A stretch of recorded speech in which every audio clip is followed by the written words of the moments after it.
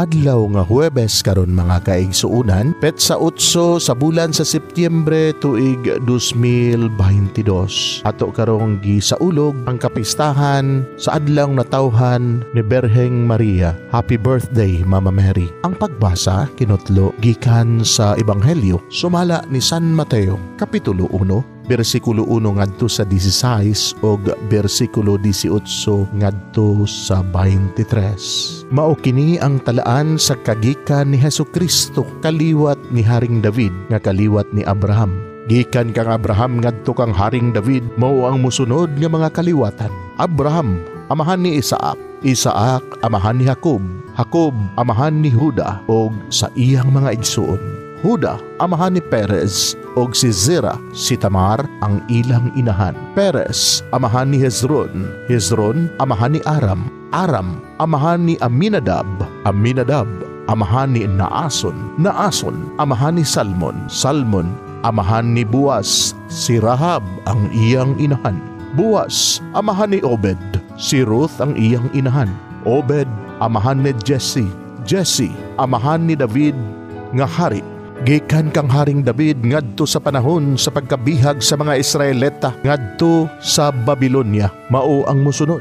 Hari David amahan ni Solomon, ang iyang inahan asawa kanhi ni Urias. Solomon amahan ni Rehoboam, Rehoboam amahan ni Abias, Abias amahan ni Asa, Asa amahan ni Josaphat, Josaphat amahan ni Joram, Joram amahan ni Ozias, Ozias amahan ni Jotam, Jotam amahan ni Ahaz, Ahaz amahan ni Ezekias, Ezekias amahan ni Manases, Manases amahan ni Amon, Amon amahan ni Josias, Josias amahan ni Joaquin og sa iyang mga igsuon. Gikan sa pagkabihag sa mga Israelita ngadto sa Babylonia, hangtod nga natawo ang Mesiyas, mao ang musunod.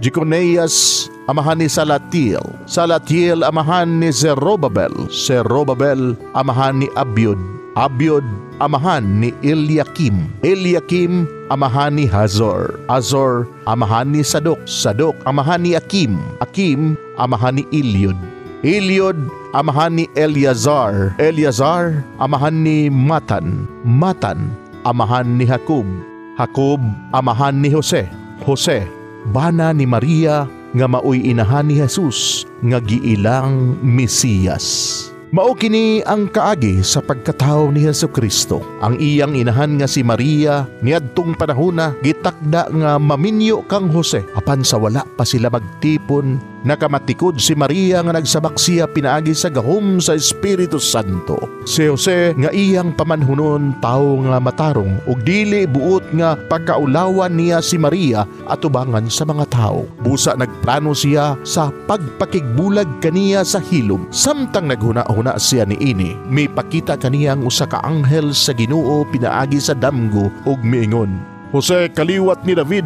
ayaw kahadlok sa pagpangasawa kang Maria kay siya nagsabak pinaagi sa gahom sa Espiritu Santo. Manganak siyag batang lalaki o nganlan siyag Jesus kay luwason niya ang iyang katawhan gikan sa ilang kasalanan. O kining tanan na hitabo aron matuman ang giingon sa Ginoo pinaagi sa propeta. Ang usa ka putli nga batan-ong babayi magsabak unya manganak og batang lalaki. Nganlan siyag Emmanuel nga sa ato pa ang Dios ania uban kanato. Mga igsoon, ang Ebanghelyo sa Ginoo.